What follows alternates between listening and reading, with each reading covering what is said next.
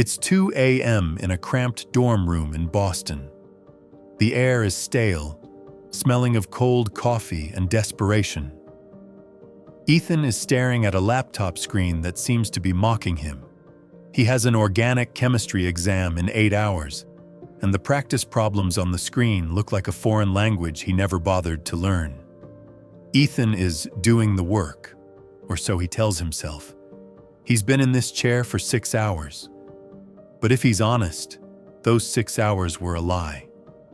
4 of them were spent in a soft study haze, scrolling through Studygram accounts for inspiration, curated lo-fi playlists, and texting his friends about how stressed he is. He has been performing the aesthetic of a student, but he is failing the reality of one. He looks at his reflection in the darkened window. He sees a guy who is tired, reactive, and mediocre. He realizes that he is a background character in his own education. He is someone to whom things happen. Grades happen to him. Deadlines happen to him. Failure happens to him. In that moment, something in Ethan snaps. He doesn't want to be fine anymore. He doesn't want to just get by. He wants to be a threat. He wants to walk into a lecture hall and have the silent confidence of a hunter. He wants to stop being a student and start being a weapon. This is the story of how Ethan killed his old self and built a machine. This is the blueprint for the academic weapon. The first step in Ethan's transformation wasn't buying a new planner. It was an identity hit. Ethan realized that the word student is too passive. A student waits to be taught. A student asks, "Is this going to be on the test?" An academic weapon, however, views the curriculum as a territory to be conquered. Ethan decided that from this day forward, his GPA wasn't a number. It was a statement of dominance. He looked at his peers. Most of them were academic zombies. They showed up to class late, half asleep, with their phones face up on their desks. They treated their education like a chore they had to finish so they could get to the real fun on the weekends. Ethan realized that if he just did the opposite of the average person, he would already be in the top 10%. He began by sanitizing his environment. The dorm room was no longer a place for vibes. He stripped the posters.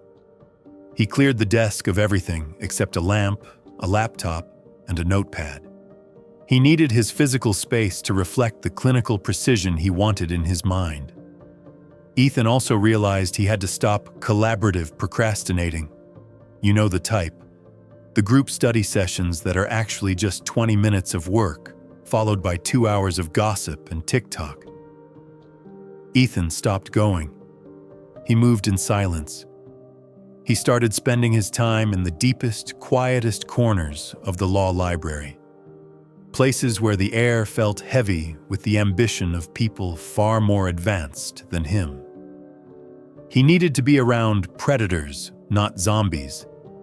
He adopted the villain-era social policy.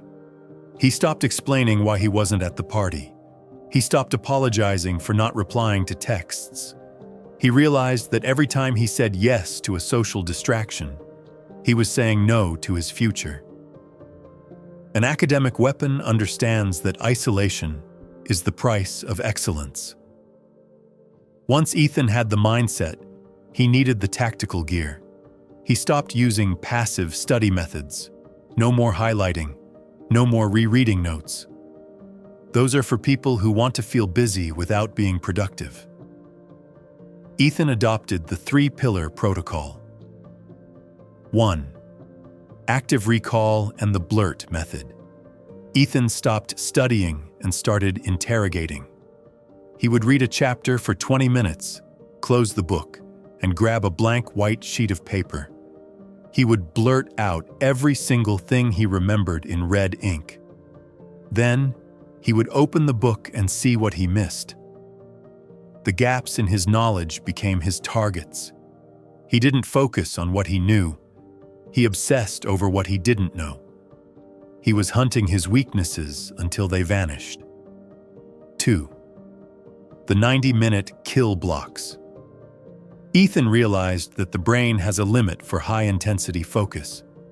He stopped trying to study for 6 hours. Instead, he performed 3 90-minute kill blocks a day. During these blocks, Ethan was unreachable. He used a browser extension to block every site except the ones he needed. He put his phone in a timed locker. Within these 90 minutes, Ethan produced more than the average student produced in 3 days. He learned the law of cognitive intensity. Work accomplished equals time spent times intensity of focus. By maximizing the intensity, he collapsed the time. 3. The pre-game lecture. Prep. Ethan stopped going to class to learn. He started going to class to review. He would spend 15 minutes before every lecture skimming the material. When the professor spoke, Ethan wasn't scrambled, trying to keep up. He was nodding, confirming what he already knew, and asking high-level questions that made the professor sit up and take notice. He was no longer a consumer of information. He was a master of it. Ethan also mastered the academic task manager. He used a simple, brutal priority matrix. Every night before bed, he wrote down the one big thing. This was the task that, if completed, made everything else irrelevant. He didn't start his day with emails or easy tasks. He ate the frog. He did the hardest, most painful task at 6 a.m. while the zombies were still hitting snooze. Ethan realized that a weapon is only as good as its maintenance. You can't have a Tier 1 mind in a Tier 3 body. He looked at the typical American student diet: energy drinks, frozen pizza, and 2 a.m. ramen. He saw the crash and burn cycle in his classmates. They would caffeine load, vibrate with anxiety for 3 hours, and then hit a wall. Ethan optimized his biohardware. He treated his brain like a high-performance engine. The glucose control. He stopped eating high-sugar snacks that caused brain fog. He moved to slow-burn fuel, fats and proteins. The caffeine strategy. He didn't drink coffee the moment he woke up. He waited 90 minutes for his natural cortisol to kick in. Then he used caffeine as a strategic tool for his second kill block. He wasn't a caffeine addict. He was a caffeine architect. The sleep sanctuary. He realized that sleep is where neural consolidation happens. If he didn't sleep, he was literally flushing the day's work down the drain. He bought blackout curtains and a 65-degree room temperature. He protected his 8 hours of sleep like it was his bank account. He also started non-sleep deep rest, NSDR.